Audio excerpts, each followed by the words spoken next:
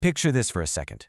You're standing way up in the majestic Himalayas, where these pristine, snow-covered peaks literally look like they're touching the heavens. Just imagine the sacred Alaknanda River flowing with absolute purity through this totally silent, freezing valley. Well, welcome to today's explainer. We are heading straight into the mountains to uncover the sacred origins of Badrinath Dham. And look, we got to dive right in, because we're not just talking about some ordinary temple here. No way. This is a site of literal, intense spiritual power. A place where Lord Vishnu performed unimaginable meditation, sages found enlightenment, and honestly, where countless devotees are still experiencing divine grace today. Which brings up a pretty profound question, right? Think about it. If you were literally the preserver of the universe, why on earth do you need to meditate? According to the ancient texts, one day Lord Vishnu was looking down upon earth from his heavenly home of Vaikuntha. And, well, what he saw was deeply troubling. He saw humanity struggling. He saw greed just multiplying exponentially. And he realized that humanity was always going to need a sacred place, like an anchor, really, where divine energy would never, ever fade. So he set out to find a place of eternal purity. And that search, it leads us straight to Badrikashram. We're talking way, way back, long before human kingdoms even existed, before anyone even walked the earth. This was a pristine Himalayan realm, basically defined by deep snow, absolute silence, and these incredibly dense forests full of wild berry trees, which are known as Badri trees. It was the kind of place where every single breeze seemed to carry sacred chant, and the land itself just radiated this intense spiritual power. Honestly, even the gods themselves used to visit this exact spot just to meditate. So after searching literally every corner of the world, Lord Vishnu arrives in the Himalayas. And it was perfect. The silence, the snow, the total purity of it all. He made a declaration, saying, "I shall meditate upon earth for the welfare of all beings." He actively chose this freezing, isolated perfection. He just sat right down under the open sky, closed his eyes, and slipped into this eternal, completely motionless meditation. I mean, years turned into centuries, centuries turned into entire ages, and through it all, Lord Vishnu just remained completely, totally still. Now here is where it gets really beautiful. There's this amazing mini-narrative behind the name itself. So Himalayan winters were, and absolutely still are, completely unbearable. We're talking raging ice storms, blizzards burying everything. The mountains themselves were practically trembling. But Lord Vishnu didn't move a muscle. Now, seeing her beloved out there in those brutal conditions, Goddess Lakshmi got incredibly worried. She decided her lord absolutely must not suffer. So what does she do? She actually transforms herself into a massive Badri tree.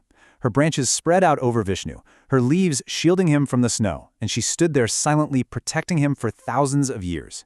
When he finally opened his eyes, he was just so moved by her endless love that he named the place Badrinath, which literally means the Lord protected by the Badri tree. And you know what's really cool about all this? It represents this beautifully harmonious unity between Shaivism and Vaishnavism, because actually, this snowy valley originally belonged to Lord Shiva. His divine abode, Kedarnath, is right nearby. So the very valley where Vishnu chose to sit and meditate was already under Shiva's protection. Ultimately, the Himalayas became this incredible shared home for both Lord Shiva at Kedarnath and Lord Vishnu at Badrinath. But okay, how did that arrangement actually go down? The ancient legends give us this super fascinating story about it. So first, Lord Vishnu pulls a bit of a clever move and appears in the valley as a crying infant, right? And of course, hearing this poor baby crying, Goddess Parvati's heart just completely melts and she picks the child up. But Lord Shiva, he understood immediately. He took one look and knew this was no ordinary baby. It was literally Lord Vishnu himself. And when the infant smiled and asked for a place to meditate, Lord Shiva, with total love and understanding, offered him the sacred valley. Fast forward thousands of years, and this divine energy gets reinforced all over again. Lord Vishnu incarnated as the twin sages Nar and Narayan. They headed right back to Badrikashram and performed some truly unimaginable penance.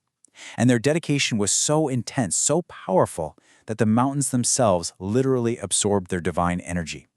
It's crazy, even today, if you go visit, you'll see these twin peaks standing silently near Badrinath as witnesses. They're actually named Nar Mountain and Narayan Mountain, and people believe they are still holding all that incredible power today. So the real takeaway here is captured beautifully in this quote. Sage Narada actually visited Badrikashram once, and when he saw Lord Vishnu deep in meditation, he asked the exact same question we started this whole explainer with. Why does the preserver of the universe need to meditate? Vishnu's reply was just so profound, really bridging the gap between the divine and the human. He basically said, even God demonstrates the importance of discipline. Meditation is the path to peace. He promised that anyone who comes there with pure devotion will attain spiritual wisdom. It's just this really powerful reminder that, hey, inner peace and discipline, they are universal necessities for all of us. All right, let's track how this spiritual journey builds across human history. We can actually see human devotion to Badrinath through this really fascinating timeline. Starting right after the immense, total devastation of the Mahabharata war, the Pandavas were just heavily burdened with guilt. So following Lord Krishna's advice, they started their famous Swargarahuni Yatra straight into the Himalayas. They were specifically seeking out Lord Vishnu to wash away the heavy sins of war. And it was right there, praying with just absolute complete surrender, that their journey toward heaven truly began. But then, as the centuries rolled on, something crazy happens. The temple actually disappeared. It was completely buried beneath the heavy snow. The sacred idol was hidden, and people honestly almost forgot this holy shrine even existed.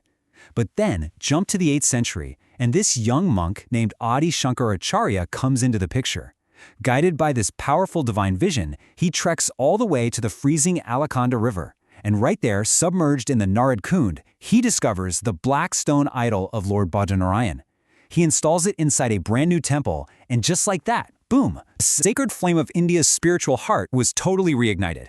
10,000. Just think about that number for a second. The present-day Badrinath Temple stands at a staggering 10,000 feet above sea level, right smack underneath the magnificent Nilkanth Peak. I mean, try to imagine the intense physical difficulty, the bone-chilling freezing temperatures, the sheer isolation of being up that high. Yet, even with all these extreme hardships, literally lakhs of devotees undertake this brutal journey every single year. Their faith, it just never weakens. Absolutely incredible. So why does all of this matter to us right now? What's the big takeaway? Well, Badrinath holds just immense significance for a few key reasons. For starters, it's a huge part of both the wider Char Dham and the Himalayan Chota Char Dham pilgrimage circuits. Believers say it deeply purifies the soul and really helps push you forward toward moksha, or ultimate liberation. Honestly, it stands as the ultimate symbol of the path of devotion. It represents Goddess Lakshmi's incredible compassion, Vishnu's intense penance, and that perfect harmony between Shiva and Vishnu.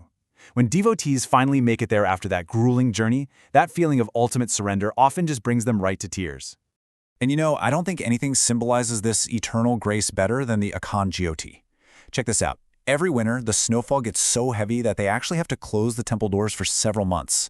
But right before the priests leave, they light this eternal lamp, the Akhand Jyoti.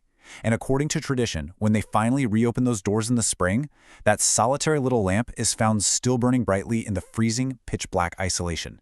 It is just this breathtaking, literal symbol of the uninterrupted presence of divine grace and Lord Vishnu's eternal protection. Man, what a truly remarkable journey through history, myth, and just deep spiritual devotion. I really want to sincerely thank you for joining me on this explainer today. If you enjoyed unpacking this incredible story with us and you want to explore more structured, fascinating deep dives into sacred histories, please make sure to hit that like button and subscribe to the channel. It seriously helps us out so much and lets us bring more of these captivating journeys straight to you. Ultimately, Badrinath reminds us that true peace isn't found in wealth and it isn't found in power. It's found in surrender and discipline. So, I want to leave you with this final, kind of provocative thought to chew on today. If the preserver of the universe found his ultimate peace out there in the absolute freezing isolation of the Himalayas, where are you going to seek yours? Thank you so much for watching, and keep seeking.